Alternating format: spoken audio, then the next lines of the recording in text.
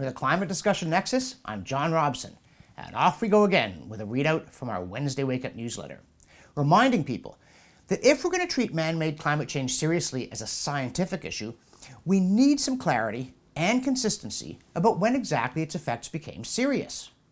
If we don't know what the evidence is even meant to be, we certainly can't tell if it's any good. And that's why in this week's newsletter, we also point out that it's very hard to make sense of the supposed science behind climate change if everything bad is blamed on it, as it so often is. I don't just mean storms and stuff, I mean the death of elephants in Botswana from natural toxins. And at the same time, if something good happens, like a bumper crop in New South Wales, Australia, that climate change was meant to doom to permanent drought, they say, well, that's just weather. Now, speaking of science, in the newsletter, we also ridicule the activist who said that thanks to the wildfires, Californians saw what it was like to, quote, live on Mars for a day, end quote. Right, Mars, the famous planet with no fires at all, and according to NASA, an average surface temperature of minus 81 degrees Fahrenheit versus Earth's balmy 57 degrees. For non-Americans, that's minus 63 and 14. But again, when it comes to climate change, the facts shift around in a bewildering manner. This week we also talk about a dog that didn't bark. Specifically, we were told that the throne speech to launch a new session of Canada's Parliament would be all about this big old green recovery from the pandemic lockdown. And then, as Dan McTeague of Canadians for Affordable Energy noted, quote, the slogan Green Recovery was completely absent. Didn't hear it, not even once, end quote. Which one is permitted to think was because the focus groups didn't like it. So, is their commitment to transform our economy into Greta Thunberg's playground only pole deep? McTeague thinks not. He says the plan hasn't changed, only the marketing. Quote, this green agenda is hidden behind great-sounding ideas like energy efficiency retrofits and clean tech support that will supposedly generate 1 million jobs.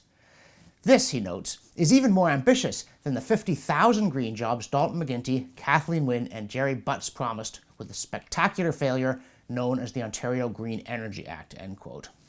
That is not an attractive precedent, is it?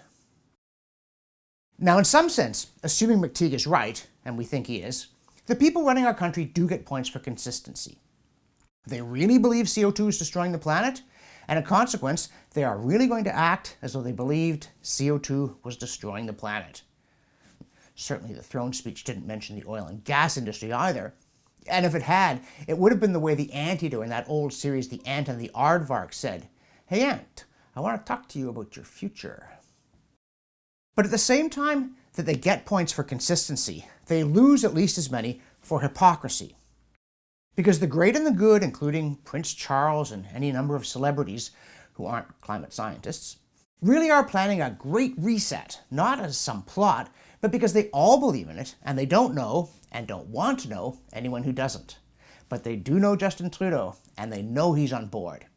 And that means there's more than a whiff of shabby hypocrisy in leaving the green reboot out of the throne speech, especially given all the other things he's done to reduce Parliament to a puzzling historical relic, and how badly such sweeping green plans have worked elsewhere, from Germany to California. And speaking of that, in California, they do seem to be going all in on a green transformation, even as their energy system collapses. Governor Gavin Newsom really did just ban cars as we know them as of 2035. And remarkably, even in the land of the free, he was able to undertake this massive intervention in the affairs of citizens, this massive deprivation of their rights, without the tedious hassle of passing a law. He just did it by executive order, leaving the ghosts of King John, Richard II, Henry VIII, and Charles I gaping with envy, even as he flattered voters about the clean cars they, quote, deserve, end quote, while in fact he was taking away their ability to get the car they want. Or very possibly any fuel at all, because if Californians do all buy electric cars, there's no way the grid can charge them. Let's not go there. Or to communist China, we say. Though there we seem to have some surprising opposition. There are people from Climate Home News to Jerry Butts who think that a few empty words about carbon neutrality from dictator Xi Jinping at the UN is, in Climate Home News' words, huge, massive, it rekindles hope, end quote. Actually, as the National Post reports, quote, the Canadian Embassy in Beijing is having trouble with staffing because the air quality is so bad, end quote. You can barely see 2 blocks on a winter day because of all the coal they're burning.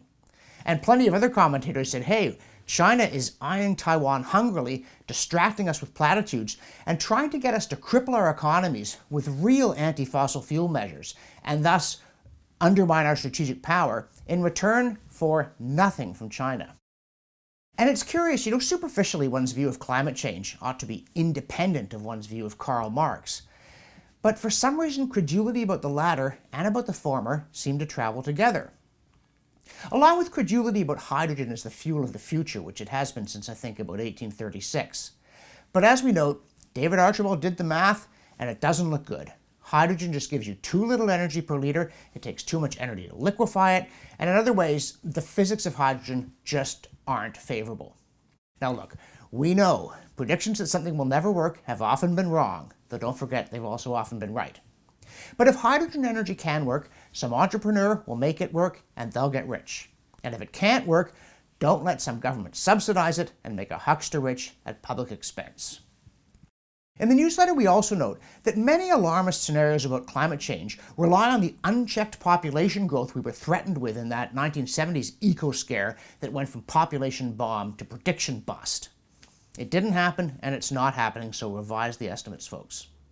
Finally, as part of our ongoing collaboration with CO2science.org, we note 2 studies that seem to refute popular alarmist tropes.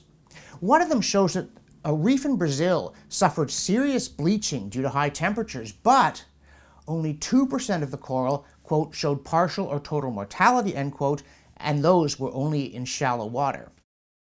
And another study showed that a mild decrease in ocean pH, also known as the dreaded acidification, actually improved the health of the fleshy brown algae Sargassum vulgara, which sounds kind of disgusting, but evidently seaweed's very popular globally as food and in medicine, and gosh, turns out CO2 is good for plants in the water, as it is for plants in the air. Who knew? Okay, we did. So, if you like what you see, share it, subscribe to it, and support it. For the Climate Discussion Nexus, I'm John Robson.